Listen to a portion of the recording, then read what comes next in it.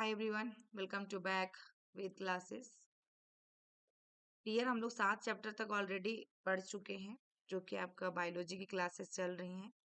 मैं सोच रही हूँ जल्दी जल्दी कंप्लीट करवा दूँ, क्योंकि यदि 11 बोर्ड में आप लोग 11 बोर्ड के लिए प्रिपरेशन कर रहे होंगे अपने अपने स्टेट में, जो भी बोर्ड के एग्जाम होती हैं, तो उनके लिए भी इम्पोर्टेंट रहने वाले हैं डियर, क्योंकि दोनों लैंग्वेज में क्वेश्चन रहता है। एक साइड में इंग्लिश, एक साइड में हिंदी, या फिर इंग्लिश के जस्ट नीचे हिंदी रहता है। तो जिन बच्चों को इंग्लिश में ज़्यादा नहीं मतलब ये समझ में आ रहा है या फिर याद नहीं रह रहे, तो उनके लिए तो हेल्पफुल है ही है।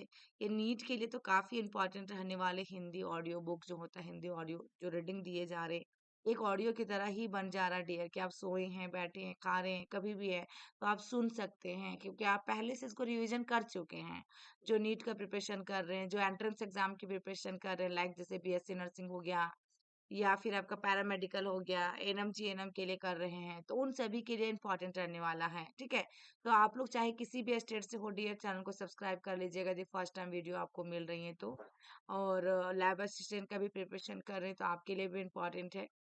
मेडिकल फील्ड में जो भी कोर्सेज करना चाहते हैं, क्योंकि 11 की और 12th की एनसीईआरटी से ही क्वेश्चन तो पूछे जाते हैं डियर, तो सभी के लिए इंपॉर्टेंट रहने वाले हैं। बिहार बोर्ड के लिए भी इंपॉर्टेंट है, यूपी बोर्ड के लिए भी है, झारखंड बोर्ड के लिए भी है। जो बोर्ड के लिए मैं बताना चाहूँ, अभी 11 12 के जो एग्जाम होने वाले हैं। तो आइए हम स्टार्ट करते हैं डियर। और चैनल पे फर्स्ट टाइम विजिट करें, वीडियो अच्छी लगी तो लाइक कीजिएगा, शेयर कीजिएगा और चैनल को सब्सक्राइब कर लीजिएगा। और एक कमेंट बॉक्स में प्यारा सा कमेंट जरूर कीजिएगा। तो हम लोग लास्ट क्लास में फ्रॉग देखे थे। फ्रॉग के बाद अभी यहाँ पे डियर देखेंगे हम लोग कोशिका संरचना एवं कार्य। ठीक है ना, 8 चैप्टर है कोशिका संरचना एवं कार्य। बहुत इंपॉर्टेंट चैप्टर है डियर। इसमें जितना जितना चाहे आप उतना क्वेश्चन इसमें निकलते हैं, मतलब कि इसमें क्वेश्चन बहुत निकलते हैं और एग्जाम में पूछे जाते हैं। ठीक है, मैं ये यहाँ पे बताना चाह रही हूँ।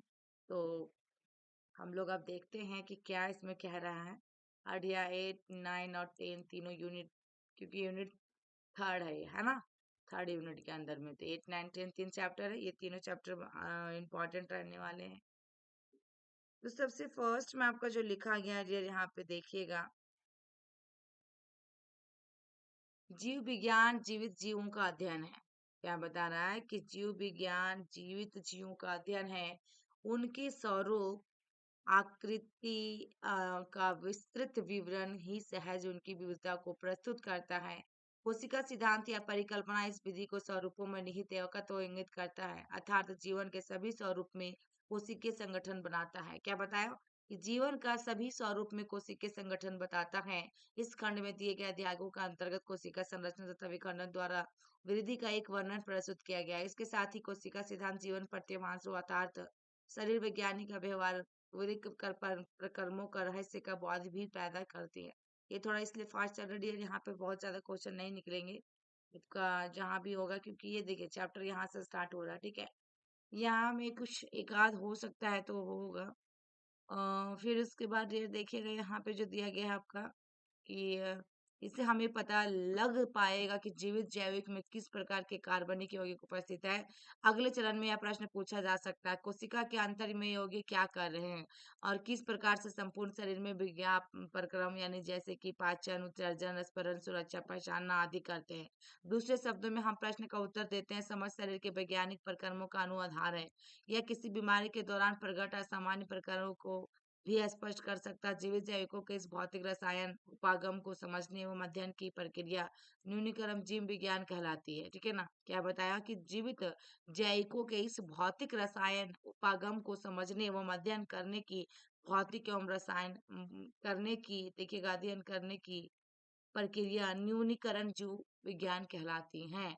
ठीक है ना, यहाँ पर जीव विज्ञान को समझने के लिए भौतिक एवं रासायनिक शास्त्र की तकनीकों एवं संकल्पता का उपयोग किया जाता है। इस खंड के अध्याय 9 में हम जैव अणु तथा का संक्षिप्त विवरण प्रदान किया गया है, जैव अणु का। ठीक है डियर, यहाँ पे देखिएगा डियर कि जीएन रामचंद्र प्रोटीन संरचना के क्षेत्र में एक उत्कृष्ट व्यवस्थित थे, तथा Madras school of formational analysis of वायोपाइलियमर के स्थापक भी थे। ठीक है, सन 1954 में नेचर में प्रकाशित कोलाजेन की तिहती कुंडलित संरचना की खोज की।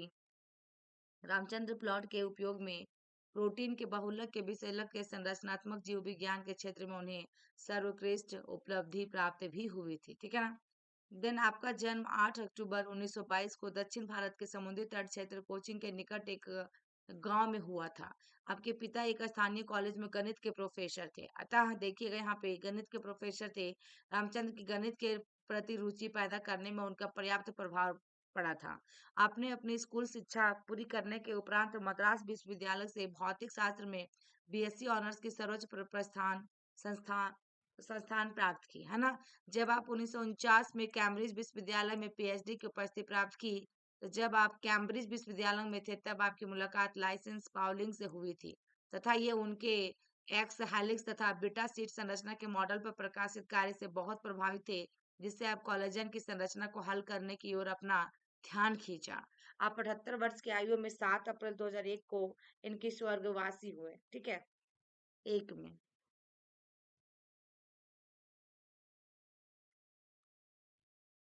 अब यहाँ हम स्टार्ट होता है चैप्टर हमारा, जो भी उधर था एक आपका इंट्रो टाइप के था डियर। तो इसमें कोशिका क्या है, कोशिका का सिद्धांत, कोशिका का समग्र अध्ययन और प्रोकार्योटिक कोशिकाएं और यूकार्योटिक कोशिकाएं, ठीक है। तो ये आपका दिया गया है जीवन की इकाई। जब आप अपने चारों तरफ देखते हैं कि जीव निर्जीव दोनों को आप पाते हैं तथा आप अवश्य आश्चर्य करेंगे, वो करते होंगे एवं अपने आप से पूछते होंगे कि ऐसा क्या है जिस कारण जीव कहलाते हैं, है ना। जिस कारण क्या कहलाता है, जीव जीव कहलाते हैं और निर्जीव जीव नहीं हो सकते हैं। इसका जिज्ञासा का उत्तर तो केवल यही हो सकता है कि जीवन की आधारभूत इकाई जीव कोशिका की उपस्थिति एवं अनुपस्थिति से है। सभी जीवधारी कोशिकाओं से बने होते हैं। सभी जीवधारी किससे बने होते हैं, सेल से बने होते हैं, कोशिका से बने होते हैं। इनमें से कुछ जीव एक कोशिका से भी बने होते हैं, जिन्हें एक कोशिकीय जीव कहते हैं, जबकि दूसरे हमारे जैसे अनेक कोशिकाओं से मिलकर बने होने वाले बहुकोशिकीय जीव कहलाते हैं। ये सबको मालूम है डियर, ठीक है, ये इंपॉर्टेंट था। कोशिका क्या है, तो कोशिकीय जो जीवधारी, देखिएगा पहला में स्वतंत्र अस्तित्वपन या जीवन के सभी आवश्यक कार्य करने में सक्षम होते हैं। कोशिका के बिना किसी का भी स्वतंत्र जीव अस्तित्व नहीं हो सकता। इस कारण जीव के लिए कोशिका ही मूलभूत से संरचनात्मक क्रियात्मक इकाई होती है। देखिएगा एंटन वॉन ल्यूहेनक ने पहली बार कोशिका को देखा और इसका वर्णन किया था, ठीक है ना। क्या किया था, पहली बार कोशिका को देखा था, फर्स्ट टाइम, ठीक है, और क्या किया था, वर्णन किया था। रॉबर्ट ब्राउन ने बाद में केंद्रक की खोज की, सूक्ष्मदर्शी की खोज हुआ बाद में, उनके सुधार के बाद देखिएगा फ्रेज कांस्टेंट व इलेक्ट्रॉन सूक्ष्मदर्शी द्वारा कोशिका का विस्तृत संरचना का अध्ययन संभव हो सका। कोशिका के सिद्धांत में 1838 में जर्मनी के वनस्पति, देखिएगा जर्मनी के वनस्पति वैज्ञानिक मैथियस स्लाइडेन ने बहुत सारे पौधों के अध्ययन के बाद पाया कि ये पौधे विभिन्न प्रकार की कोशिकाओं से मिलकर बने होते हैं।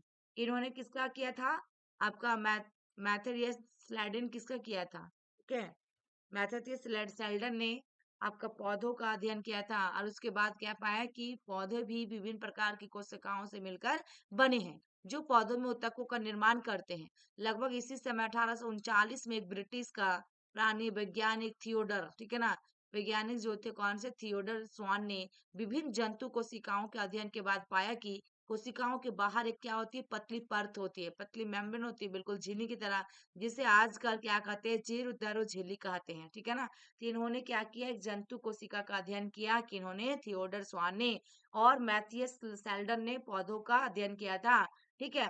इस वैज्ञानिक के पादप ऊतकों का अध्ययन के बाद पाया कि पादप कोशिकाओं में कोशिका भित्ति मिलती है, जो इसकी विशेषता है, ठीक है ना। उपरोक्त आधार पर श्वान ने अपनी परिकल्पना रखते हुए बताया कि प्राणियों और वनस्पतियों का शरीर कोशिकाओं और उनके उत्पाद से मिलकर बना है। नेक्स्ट आपका स्लाइडन और श्वान ने संयुक्त रूप से कोशिका सिद्धांत को प्रतिपादित किया। यद्यपि इनके सिद्धांत से यह बताने में असफल रहा कि नई कोशिकाओं का निर्माण कैसे होता है, ठीक है। इन्होंने दोनों तो अपना अपना बात रख दिया, लेकिन इनको ये नहीं पता था कि नई कोशिका का निर्माण भी हो सकता है।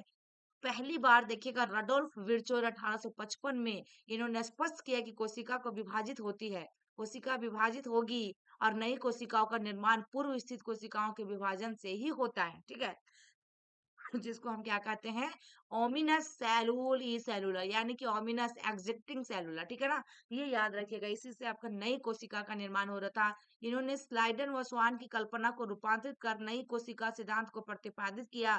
वर्तमान समय के परिप्रेक्ष्य में कोशिका सिद्धांत निम्नवत है। जैसे सभी जीव कोशिका व कोशिका उत्पाद से बने होते हैं, है ना। पहला, सभी कोशिकाएं पूर्व स्थित कोशिकाओं से निर्मित होती हैं। ये चीज ये उन्होंने लागू किया था। पूर्व में जितने भी थे आपका स्थित कोशिकाएं उसी से निर्मित होती है, नया बनता है। ओके। दूसरा में देखिएगा 8.3 में डियर कोशिका का समग्र अवलोकन। क्या है? कोशिका का समग्र अवलोकन। आरंभ में आप प्याज के छिलके और मनुष्य की गाल की कोशिकाओं को सूक्ष्मदर्शी से देख चुके होंगे। क्या है? प्याज के छिलके और मनुष्य के गाल की कोशिकाएं। उनकी संरचना का स्मरण करें। प्याज की कोशिका जो एक प्रारूपी पादप कोशिका है, जिसकी बाहरी सतह पर एक स्पष्ट कोशिका भित्ति व ठीक नीचे कोशिका झिल्ली होती है। मनुष्य की गाल की कोशिका के संगठन में बाहर की तरफ केवल एक झिल्ली संरचना निकलती निकलती दिखाई पड़ती है। प्रत्येक कोशिका के भीतर एक संघन झिल्ली युक्त संरचना मिलती है, जिसे केंद्रक कहते हैं। ठीक है। इस केंद्रक में गुणसूत्र को क्या क्रोमोसोम होता है, जिसमें अनुवांशिक पदार्थ डीएनए होता है। जिस कोशिका में झिल्ली युक्त केंद्रक होता है उसे यूकारियोटिक व झिल्ली युक्त केंद्रक नहीं मिलता है, उसे प्रोकारियोटिक कहते हैं। दोनों यूकारियोटिक और प्रोकारियोटिक कोशिकाओं में इसके आयतन को घेरे हुए एक अर्ध तरल अवयव मिलता है, जिसे कोशिका द्रव्य कहते हैं। दोनों पादप और जंतु कोशिकाओं में कोशिकीय क्रियाओं हेतु कोशिका द्रव्य एक प्रमुख स्थल होता है। कोशिका के जीव अवस्था संबंधी विभिन्न रासायनिक अभिक्रियाएं यही संपन्न होती हैं। यूकारियोटिक कोशिकाओं में केंद्र के अतिरिक्त अन्य झिल्ली युक्त आपका विभिन्न संरचनाएं मिलती हैं। यदि ये पीडीएफ चाहिए डियर तो आप लोग टेलीग्राम पे ज्वाइन कर लीजिएगा। टेलीग्राम का लिंक भी दिया हुआ है। जो कोशिकांग कहलाती है, जैसे आंतरद्रव्यी जालिका, जिसको हम लोग एंडोप्लाज्मिक रेटिकुलम कहे हैं, सूत्रकानिकाएं, माइटोकॉन्ड्रिया, सूक्ष्मकाय, मैकोबॉडी और गोल्जी सामिच, लाइन आपका लयनकाय, लाइजोजोम्स। रसधानी प्रोकारियोटिक कोशिकाओं में झिल्ली कोशिकाओं का अभाव होता है। यहाँ पे देख पा रहे होंगे लाल रुधिर कोशिकाएं गोल व द्विवतली है। श्वेत यानी कि सफेद रुधिर कोशिकाएं अमीवाकृति है। स्तंभाकार उपकला जो कोशिकाएं लंबी व संकरी है। और आपका देखिए तंत्रिका तंत्र न्यूरॉन जो होता है डियर, देखिए कैसा आपका है।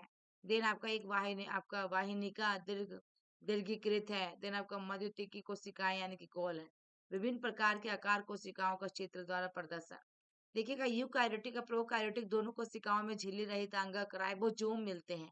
कोशिका के भीतर राइबोसोम केवल कोशिका द्वार में ही नहीं, बल्कि दो अंगों हरित लवक पौधों में, सूत्रकनिका में और खुरदरी अर्धद्रव्यीय जालिका में भी मिलते हैं। जंतु कोशिकाओं में झिल्ली रहित आपका तारकाय केंद्रक जैसे अन्य अंगक मिलते हैं, जो कोशिका विभाजन में सहायता करते हैं। ठीक है। कोशिकाएं माप, आकार व कार्य की दृष्टि से काफी भिन्न होती हैं। चित्र 8.8 में देखें। उदाहरण सबसे छोटी कोशिका माइकोप्लाज्मा जो 0.3 माइक्रोमीटर लंबाई की, जबकि जीवाणु बैक्टीरिया जो होता है 3 से 5 माइक्रोमीटर की होती है। पृथक की गई सबसे बड़ी कोशिका शुतुरमुर्ग के अंडे के समान है। बहुकोशिकीय जीवधारियों में मनुष्य का लाल रक्त कोशिका व्यास 7 माइक्रोमीटर होता है। तंत्रिका कोशिकाएं सबसे लंबी कोशिकाएं में होती हैं। तंत्रिका कोशिकाएं जो सबसे लंबी होती हैं, विभांकर बहुभुजी से स्तंभी घनाभ धागे की तरह स्तंभाकृति प्रकार की हो सकती है। कोशिकाएं के का रूप उनके कार्य के अनुसार भिन्न होता है। ठीक है। प्रोकार्योटिक कोशिकाएं यानी कि जीवाणु, नील हरित शैवाल, माइकोप्लाज्मा और प्यूरेरो न्यूमोनिया समजीव या पीपीएलओ मिलते हैं। ठीक है ना। सामान्यतः एक यूकारियोटिक कोशिकाओं में बहुत छोटी होती है पीपीएलओ, और काफी तेजी से विभाजित भी हो सकती है। माप का आकार काफी भिन्न होता है। जीवाणु के 4 मूल आकार होते हैं, जैसे दंडकार बैसिलस, गोलाकार कोकस और कोषाकार विब्रो और स्पिरिल स्पाइरल। प्रोकार्योटिक कोशिकाओं का मूलभूत संगठन आकार व कार्य में भिन्नता के बावजूद एक सा होता है। सभी प्रोकार्योटिक में कोशिका भित्ति होती हैं, जो कोशिका झिल्ली से घिरी होती हैं, केवल माइकोप्लाज्मा को छोड़कर। कोशिका में साइटोप्लाज्म का एक तरल मैट्रिक्स के रूप में भरा होता है। इसमें कोई स्पष्ट विभेदित केंद्रक नहीं पाया जाता। अनुवांशिक पदार्थ मुख्य रूप से एक नंग केंद्रक झिल्ली द्वारा आपका परिबद्ध नहीं होता है। जीनोमिक डीएनए के अतिरिक्त एकल गुणसूत्र जो गोलाकार डीएनए, जीवाणु में सूक्ष्म डीएनए वृत्त आपका जीमो जीनोमिक डीएनए के बाहर पाए जाते हैं। इन डीएनए वृत्तों को प्लाजिड से एक प्रतिजीवी के प्रतिरोधी होते हैं। आप उच्च कक्षाओं में पढ़ेंगे कि प्लाज्मिड डीएनए वृक्क जीवाणु का बाहरी डीएनए के साथ रूपांतरण के प्रवर्धन हेतु उपयोगी है। केंद्रक झिल्ली यूकारियोटिक में पाई जाती है। ठीक है ना। राइबोसोम के अलावा प्रोकारियोटिक में यूकारियोटिक अंगक नहीं पाए जाते हैं। प्रोकारियोटिक में कुछ विशेष प्रकार के अंतःवृष्ट मिलते हैं। प्रोकारियोटिक की यह विशेषता है कि उनके कोशिका झिल्ली एक विशिष्ट आपका विभेदित आकार में मिलती है, जिसे मेसोजोम कहते हैं। तत्व कोशिका झिल्ली अंतवर्लन होते हैं। अब 8.4.1 में आपका है कोशिका आवरण और इसके रूपांतरण। अधिकांश प्रोकार्योटिक कोशिकाएं विशेषकर जीवाणु कोशिकाओं में एक जटिल रासायनिक कोशिका आवरण मिलता है। इनमें कोशिका आवरण दृढ़ता पूर्वक बंद कर 3 स्तरीय संरचना बनाते हैं, जैसे बाह्य परत ग्लाइकोकैलिक्स, जिसके पश्चात क्रमशः कोशिका भित्ति एवं दीर्घ जल झिल्ली होती है। यद्यपि आवरण के प्रत्येक परत का कार्य भिन्न है, पर तीनों मिलकर एक सूक्ष्म इकाई बनाते हैं। ये मिलकर एक सुरक्षा इकाई बनाते हैं। जीवाणुओं को उनकी कोशिका आवरण में भिन्नता व ग्राम द्वारा विकसित अभिरंजन विधि के प्रति विभिन्न व्यवहार के कारण 2 श्रेणियों में आपका वर्गीकृत किया गया है। जैसे जो ग्राम अभिरंजित होते हैं उसे ग्राम धनात्मक एवं अन्य जो अभिरंजित नहीं हो पाते हैं उन्हें ग्राम ऋणात्मक भी कहते हैं सॉरी भी नहीं। ग्लाइकोकैलिक्स विभिन्न जीवाणुओं में रचना एवं मोटाई में भिन्न होती है। क्या बताया? ग्लाइकोकैलिक्स जो है विभिन्न जीवाणुओं में रचना एवं मोटाई में भिन्न होता है। कुछ में यह ढीली आच्छादित होती है, जिसे हम अवपंक परत कहते हैं, और दूसरों में यह मोटी कठोर आवरण के रूप में हो सकती है, जो संपुटिका या कैप्सूल कहलाती है। कोशिका भित्ति कोशिका के आकार को निर्धारित करती है। वह सशक्त संरचनात्मक भूमिका प्रदान करती है, जो जीवाणु को फटने तथा निपातित होने से बचाती है। जीवन देखिएगा, इसमें जीव तरह झिल्लिका प्रकृति में वर्णात्मक होती है और इसके द्वारा कोशिका बाह्य वातावरण से संपर्क बनाए रखने में सक्षम होती है। संरचना अनुसार यह झिल्ली यूकारियोटिक झिल्ली जैसी होती है। एक विशेष झिल्ली एवं संरचना जो जीव जीव द्रव झिल्ली के कोशिका में फैलाव से बनती है, ये को मिजोजोम कहते हैं। यह फैलाव पुटिका, नालिका एवं पाटलिका के रूप में होता है। यह कोशिका भित्ति निर्माण, डीएनए प्राकृतिक व इसके संतत कोशिका में वितरण को सहायता देता है, और यह श्वसन स्रावी प्रक्रिया जीव दर झिल्ली के पृष्ठ क्षेत्र एंजाइम मात्रा को बढ़ाने में भी सहायता करता है। कुछ प्रोकार्योटिक जैसे नीलहरित जीवाणु के कोशिकाओं दर में झिल्लीमय विस्तार होता है, जिसे वर्णकी लवक कहते हैं। इसके वर्णक पाए जाते हैं। ठीक है। जीवाणु कोशिकाएं देखिएगा चलायमान अथवा तथा अचलमान होती है। यदि वह चलमान है तो उनमें कोशिका भित्ति जैसी पतली संरचना मिलती है, जिसे काशविका कहते हैं। जीवाणु का काशविका की संख्या व विन्यास का क्रम भिन्न होता है। जीवाणु को काशविका यानी फ्लैजिलम में 3 भाग में बटा होता है: तंतु, अकंसु व आधारीय शरीर। तंतु का आपका देखिएगा काशविका का सबसे बड़ा भाग होता है। यह कोशिका सतह से बाहर की ओर फैला होता है। जीवाणु के सतह पर पाई जाने वाली संरचना रोम और झालर इनकी गति में सहायक नहीं होती है। रोम लंबी नालिकार संरचना होती है, जो विशेष प्रोटीन की बनी होती है। झालर लघु शुंख जैसे तंतु है, जो कोशिका के बाहर प्रवर्धित होते हैं। कुछ जीवाणुओं में यह उनको पानी की धारा में पाई जाने वाली चट्टानों व पोषक ऊतकों से चिपकने में सहायता प्रदान भी करती हैं। ठीक है। नेक्स्ट आपका राइबोसोम और अंतर्विष्ट पिंड। ठीक है ना। प्रोकार्योटिक में राइबोसोम कोशिका की जीवधारा झिल्ली से जुड़े होते हैं। ये 15 से 20 नैनोमीटर के आकार की होती हैं और 2 उप इकाइयों में 50s या 30s की बनी होती है। ठीक है। ये आपस में मिलकर 70s प्रोकार्योटिक राइबोसोम बनाते हैं। राइबोसोम के ऊपर प्रोटीन संश्लेषित होती है। बहुत से राइबोसोम एक आपका संदेश वाहक आरएनए से संबंध होकर होकर एक श्रृंखला बनाते हैं, जिसे हम बहुराइबोसोम अथवा बहुसूत्र कहते हैं। बहुसूत्र का राइबोसोम आपका संदेश वाहक आरएनए से संबंध होकर प्रोटीन निर्माण में भाग लेता है। देखिएगा अंतरिक्ष पिंड। प्रोकार्योटिक कोशिकाओं में बचे हुए पदार्थ कोशिका दर में अंतरिक्ष पिंड के रूप में संचित होते हैं। ये झिल्ली द्वारा घिरे नहीं होते एवं कोशिका दर में स्वतंत्र रूप से पड़े रहते हैं। उदाहरणार्थ में फॉस्फोट कनिकाएं, साइनोफाइसिन कनिकाएं और ग्लाइकोजेन कनिकाएं गैस राजधानी नीलहरित, बैंगनी और हरी प्रकाश संश्लेषित जीवाणुओं में मिलती हैं। देखिएगा यहाँ पे आपका एक आपका है पादप कोशिका, एक प्राणी कोशिका, है ना। एक प्लांट सेल और एक आपका एनिमल सेल। इसे देखिए प्राणी कोशिका। दूसरा में यूकारियोटिक कोशिका यानी कि समीप केंद्र की कोशिका है। ठीक है।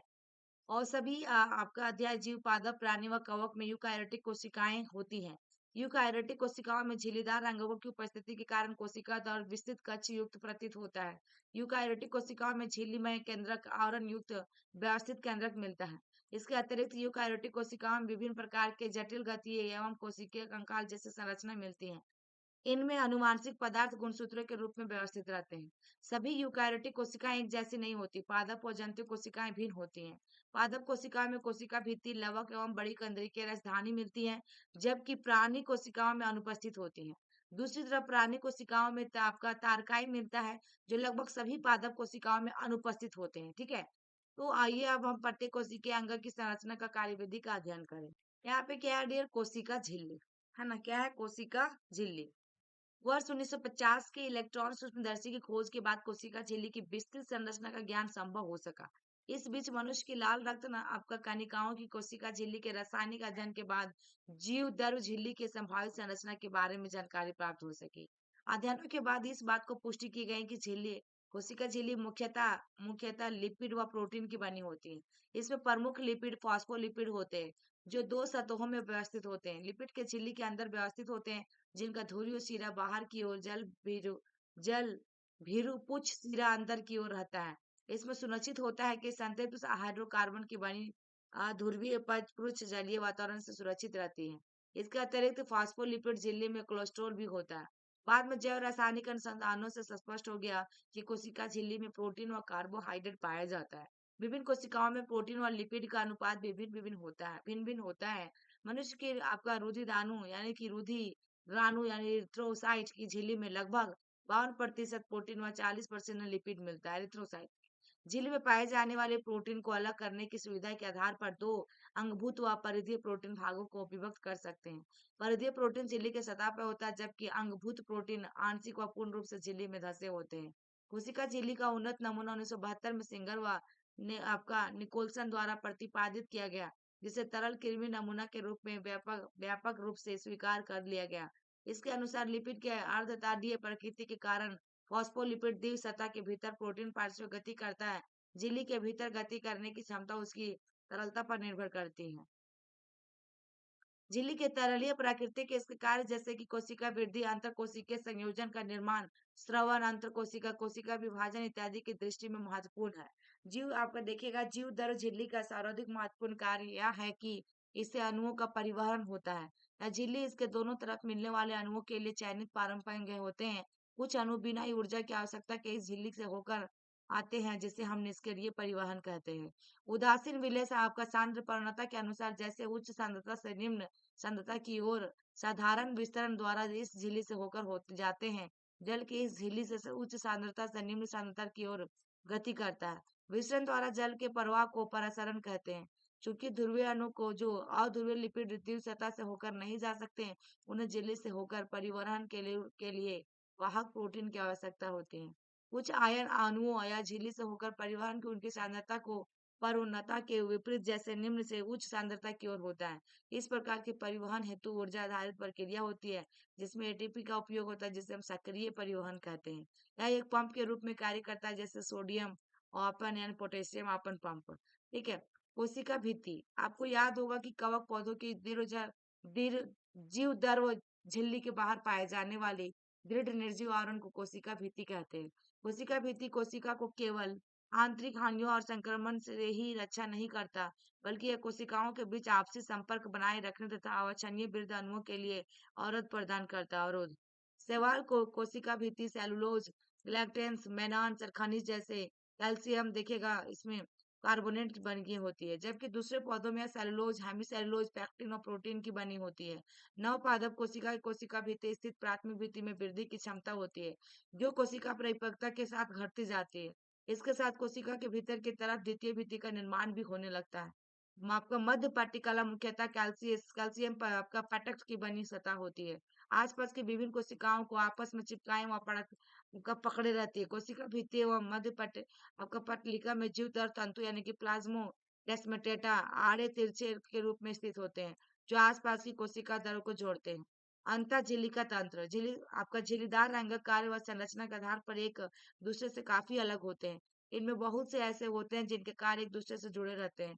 उन्हें अंतः झिल्लिका तंत्र अंतर्गत रखते हैं। इस तंत्र के अंतर्गत अंतर्द्रव्य जालिका, आपका देखिए गोल्जिकाय, आपका लयनकाय व रसधानी अंग आते हैं। सूत्रिकाय निकाय यानी माइटोकॉन्ड्रिया, हरी लवक व देखिएगा पारोक्सिजोम के कार्य उपरोक्त अंगों से संबंधित नहीं होते हैं, इसलिए इन्हें अतः झिल्लिका तंत्र के अंतर्गत नहीं रखते हैं। अंतर्द्रव्य जालिका यानी कि एंडोप्लाज्मिक रेटिकुलम। इलेक्ट्रॉन सूक्ष्मदर्शी से अध्ययन के पश्चात यह पता चला कि यूकारियोटिक कोशिकाओं की कोशिका दर में चपटे आपस में जुड़े हुए हैं। थैली युक्त छोटी नालिका युक्त जालिका तंत्र बिखरा रहता है, जिसे अंतर्द्रव्य जालिका कहते हैं। प्राय राइबोसोम अंतर्द्रव्य जालिका के बाहरी सतह पर चिपके रहते हैं, जिसे अंतर्द्रव्य जालिका के सतह पर यह राइबोसोम मिलते हैं। उन्हें उसे खुरदरी अंतर्द्रव्य जालिका कहते हैं। राइबोसोम की अनुपस्थिति पर अंतर्द्रव्य जालिका चिकनी लकड़ी है, अतः इसे चिकने अंतर्द्रव्य जालिका कहते हैं।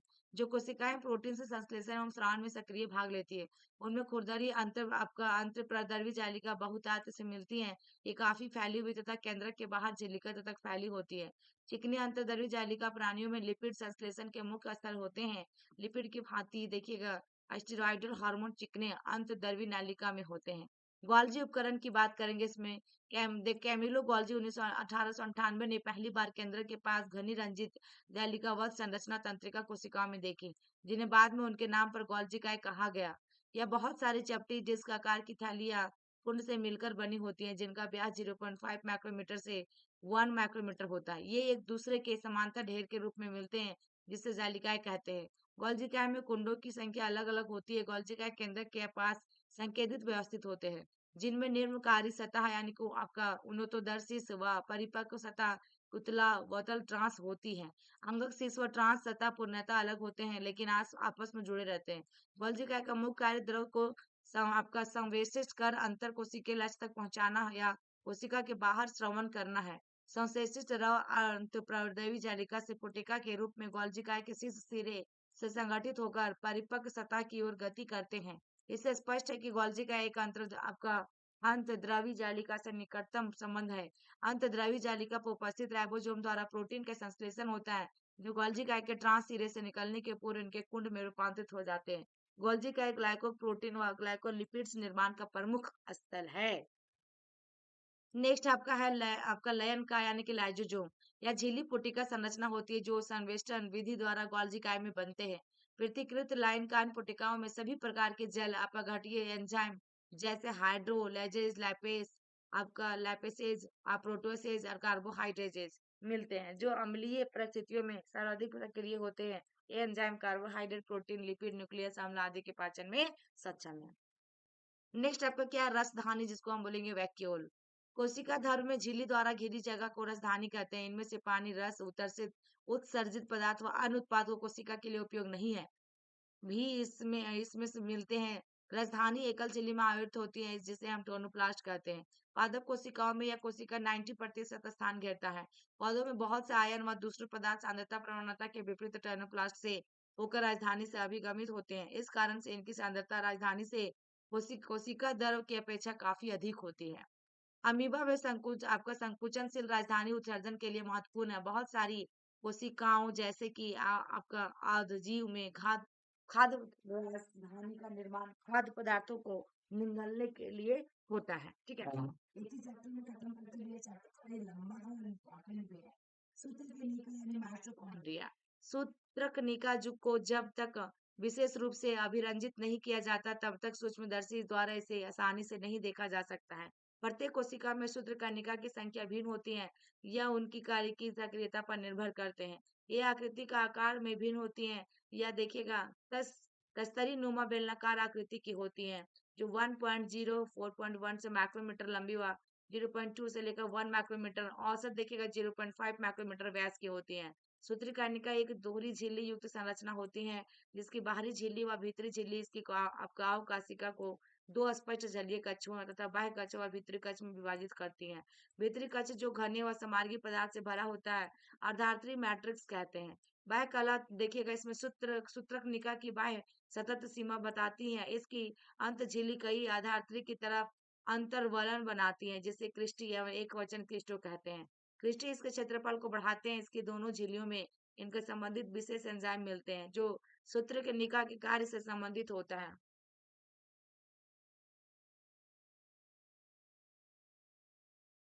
आपका देखिएगा सूत्रकनिका का वायवीय श्वसन से संबंधित होता है। इनमें से कोशिकीय ऊर्जा एटीपी के रूप में उत्पादित होती है।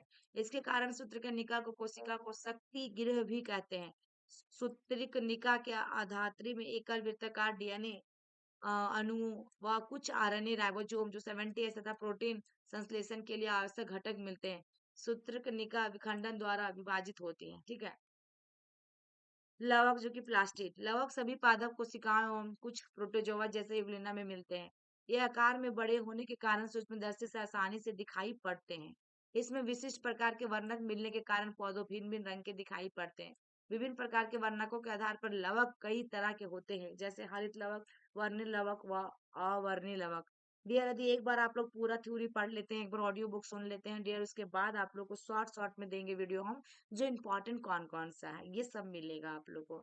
हरित लवकों में पर्णहरित वर्णक व कैरोटोनाइट वर्णक मिलते हैं, जो प्रकाश संश्लेषण के लिए आवश्यक प्रकाशीय ऊर्जा को संचित रखने का कार्य करते हैं। वर्णिल लवकों में देखिएगा वसा विलय कैरोटोनाइड वर्णक जैसे कैरोटीन, आपका जैंथोफिल व अन्य दूसरों से मिलते हैं। इनके कारक पादपों में पीले, नारंगी व लाल रंग दिखाई पड़ते हैं। अवर्णिल लवक विभिन्न आकृति एवं आकार के रंगहीन लवक होते हैं, जिनमें खाद्य पदार्थ संचित रहते हैं। आपको देखिएगा इसमें मंडल वक में मंड के रूप में कार्बोहाइड्रेट संचित होता है, जैसे आलू। तेल लवक में तेल व वसा तथा प्रोटीन लवक में प्रोटीन का भंडारण होता है। हरे पौधे के अधिकतर हरितलक पत्ती की पर्ण मध्योतक कोशिकाएं में पाए जाते हैं। हरित लवक लेंस के आकार के अंडाकार, गोलाकार, चक्रीय व फीते के आकार के अंगक होते हैं, जो विभिन्न लंबाई 5 से 10 माइक्रोमीटर और चौड़ाई 2 से 4 माइक्रोमीटर के होते हैं। इनकी संख्या जो भिन्न होती है, जैसे प्रत्येक कोशिकाओं में देखिएगा क्लाडोमोनास हरित शैवाल से 20 से 40% पर्ण मध्योतक कोशिका हो सकती है। सूत्रक देखिएगा, सूत्रकनिका की तहरत लवक द्विव झिल्लिका युक्त होते हैं। उपरोक्त दो में से किसकी भीतरी लवक झिल्ली अपेक्षा कृम कर्म पारंग में होती है।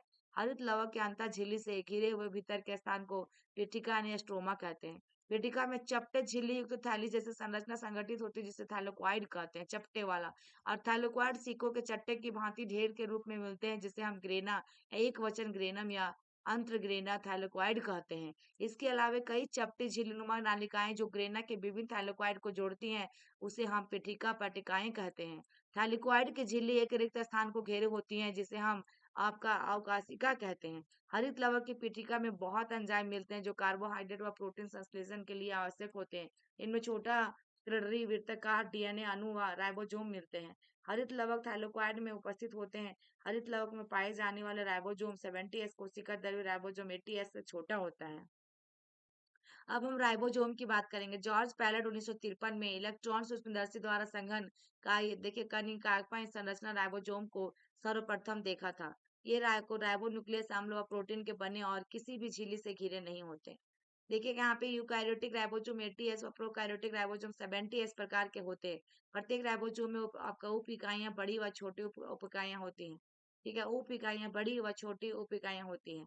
ठीक है, यहाँ पर यस यानी कि स्वैंड वर्ग इकाई अवसादन गुणांक को प्रदर्शित करता है, या आपका अप्रोच रूप से आकार व घनत्व को व्यक्त करता है। दोनों 70S 80S राइबोसोम दो उप इकाइयों से बना होता है।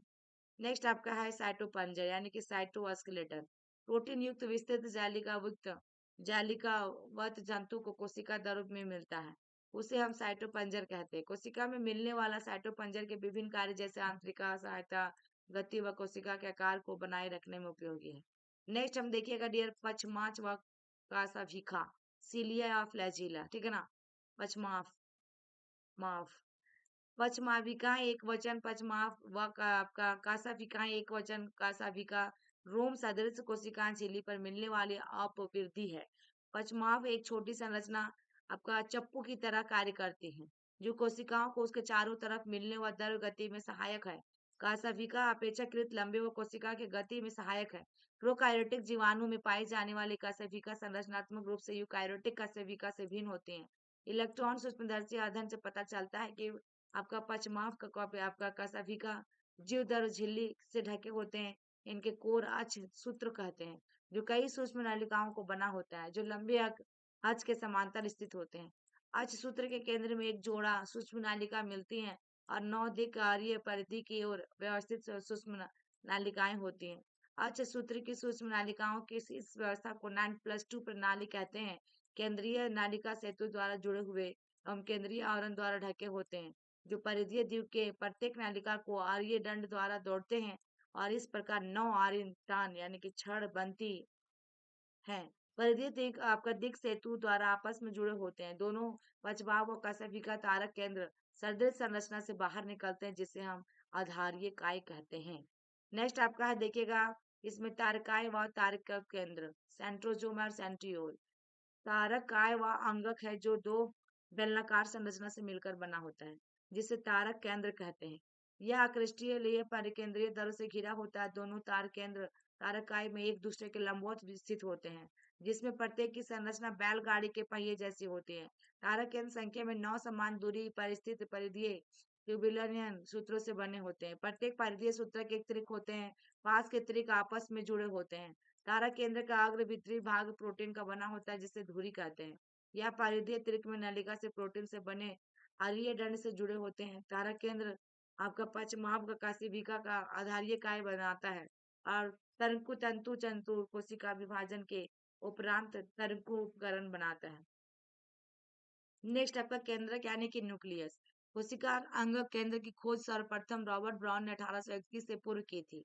बाद में फ्लेमिंग ने केंद्रक से मिलने वाले पदार्थ जो क्षारीय रंग से रंजित हो जाता है, उसे क्रोमैटिन का नाम दिया। अंतरकाल अवस्था केंद्र यानी कोशिका केंद्रक जिसका विभाजन नहीं हो रहा हो, अत्यधिक फैली हुई व विस्तृत केंद्रीय प्रोटीन तंतु की बनी होती है, जिसे हम क्रोमैटिन कहते हैं। केंद्रीय आधारीय में तो एक या एक से अधिक गोलाकार संरचनाएं मिलती हैं, जिसे हम केंद्रिक कहते हैं। इलेक्ट्रॉन सूक्ष्मदर्शी अध्ययन से यह स्पष्ट होता है कि केंद्रिक आवरण दो समांतर झिल्लियों से बना होता है। इनके बीच 10 से 15 नैनोमीटर का रिक्त स्थान पाया जाता है, जिसे परिकेंद्रकीय अवकाश कहते हैं। यह आवरण केंद्रक में मिलने वाले द्रव व कोशिका द्रव के बीच अवरोध का काम करता है। बाह्य झिल्लियां सामान्यतः अंतर्द्रवीय झल्लिका से सतत रूप से जुड़ी रहती है। वह इस प्रकार राइबोसोम से भी जुड़े रहते हैं। निश्चित स्थानों पर केंद्रक आवरण छिद्र बनने के कारण विच्छिन्न हो जाता है। यह छिद्र केंद्रक आवरण के दोनों झिल्लियों के संलग्न से बनता है। इन छिद्रों से होकर आरएनए व प्रोटीन अणु के केंद्रक कोशिका द्रव व कोशिका द्रव से केंद्रक की ओर आते जाते रहते हैं।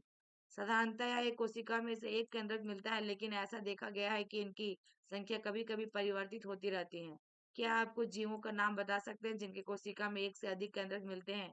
कुछ परिपक्व कोशिकाएं केंद्रक रहित होती है, जैसे स्तनधारी जीव की रक्ताणुओं और संवहनी पौधों में चलाने नालिका कोशिकाओं। क्या तुम मानते हो कि ये कोशिकाएं जीवित है? केंद्रीय आधारित केंद्रक द्रव में केंद्रिक व क्रोमैटिन मिलता है। गोलाकार केंद्रिक के द्रव में आपका पाया जाता है। केंद्रिका झिल्ली रहित वह संरचना है जिसका द्रव केंद्रक से सतत संपर्क में रहता है। यह सक्रिय राइबोसोम आरएनए संश्लेषण हेतु स्थल होते हैं। जो कोशिकाएं अधिक सक्रिय रूप से प्रोटीन संश्लेषण करती हैं, उनमें बड़े व अनक केंद्रक मिलते हैं। आप याद करें कि अंतरावस्था केंद्रक में ढीली ढाली अस्पष्ट न्यूक्लियो प्रोटीन तंतुओं की जालिका मिलती है, जिसे क्रोमैटिन कहते हैं। अवस्थाओं और विभाजन के समय केंद्रक के स्थान पर गुणसूत्र संरचना दिखाई पड़ती है। क्रोमैटिन में डीएनए तथा कुछ क्षारीय प्रोटीन मिलता है, जिसे हम हिस्टोन कहते हैं। इसके अतिरिक्त उनमें इतर हिस्टोन आरएनए भी मिलता है। मनुष्य की एक कोशिका में लगभग 2 मीटर लंबा डीएनए सूत्र 46 गुणसूत्रों यानी 23 जोड़ों की बिखरा होता है। आप गुणसूत्र डीएनए का संवेदना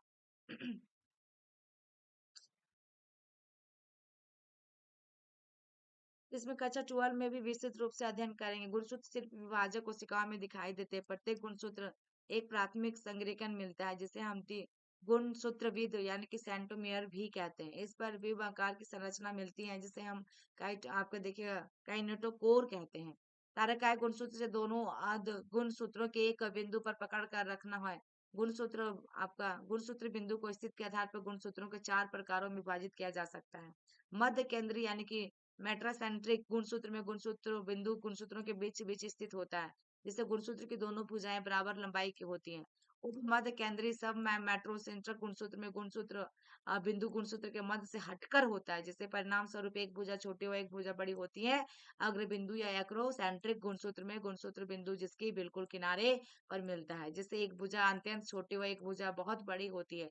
जबकि आंतर केंद्र की जो कि आपका फिबोसेंट्रिक गुणसूत्र में गुणसूत्र गुणसूत्र के शीर्ष पर ही स्थित होता है। जो कि आपको यहाँ पे सूक्ष्म काय में देखिएगा लास्ट माइक्रोबॉडी बहुत सारी झिल्ली और सूक्ष्म थैलियां जिसमें विभिन्न प्रकार के एंजाइम मिलते हैं। ये पौधों व जंतु कोशिकाओं में पाई जाती है। तो ये थी क्लासेस डियर। आई होप कि मेरी वीडियो आपको पसंद आई होंगी क्लासेस, तो लाइक कीजिएगा, शेयर कीजिएगा। ये ऑडियो रिकॉर्डिंग बुक है, एक समझिए कि रिकॉर्डिंग बुक है आपके लिए हेल्पफुल होने वाले। जिनका रिविजन हो चुका होगा उनके लिए तो बहुत ही होगा, जिनका नहीं हुआ तो आप एक बार सुने और कमेंट बॉक्स में कमेंट कीजिए यदि किसी तरह की क्वेरी हो, किसी तरह का कंफ्यूजन हो कि कौन से स्टेट है आपसे डियर, कौन से स्टेट से आप देख रहे हैं, बोर्ड का प्रिपरेशन कर रहे हैं, नीट का कर रहे हैं, एंट्रेंस का कर रहे हैं, जरूर कमेंट करें। Thank you. फिर मिलते हैं नेक्स्ट चैप्टर में नेक्स्ट वीडियो के साथ। Bye bye.